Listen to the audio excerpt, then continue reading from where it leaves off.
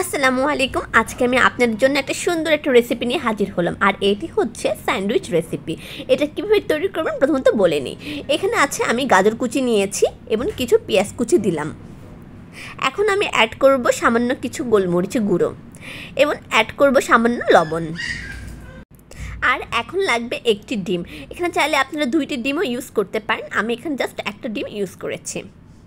এখন এগুলোকে ভালো করে মিক্সড করতে হবে। আপনারা চাইলে হাতও ইউজ করতে পারেন বা চামচ দিয়েও ভালো করে মিক্স করে নিতে পারেন। আর এখানে আমি কিছু মোজারেলা চিজ নিয়েছি।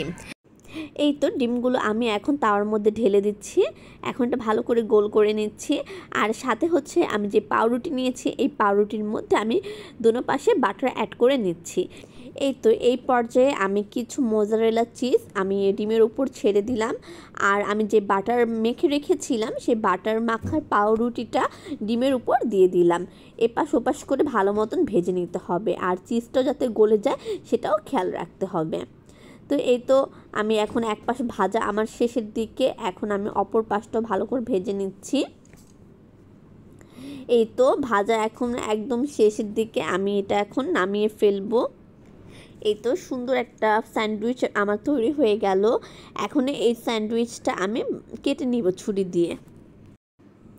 তো এখানে স্যান্ডউইচটা দেখতে পাচ্ছেন আমি এটা কেটে নিয়েছি। আর এটা চাইলে আপনারা সন্ধ্যার নাস্তা হিসেবে তৈরি করতে পারেন। সাধারণত কিন্তু সন্ধ্যায় আমরা বেশিরভাগ নুডলস, পাস্তা এইসব টাইপের খাবারই খেয়ে থাকি।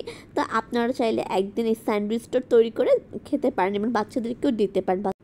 এই তো কেমন লাগলো আজকের ভিডিওটি জানাবেন অবশ্যই, আর চ্যানেলটিকে সাবস্ক্রাইব করে দিবেন। আল্লাহ হাফেজ।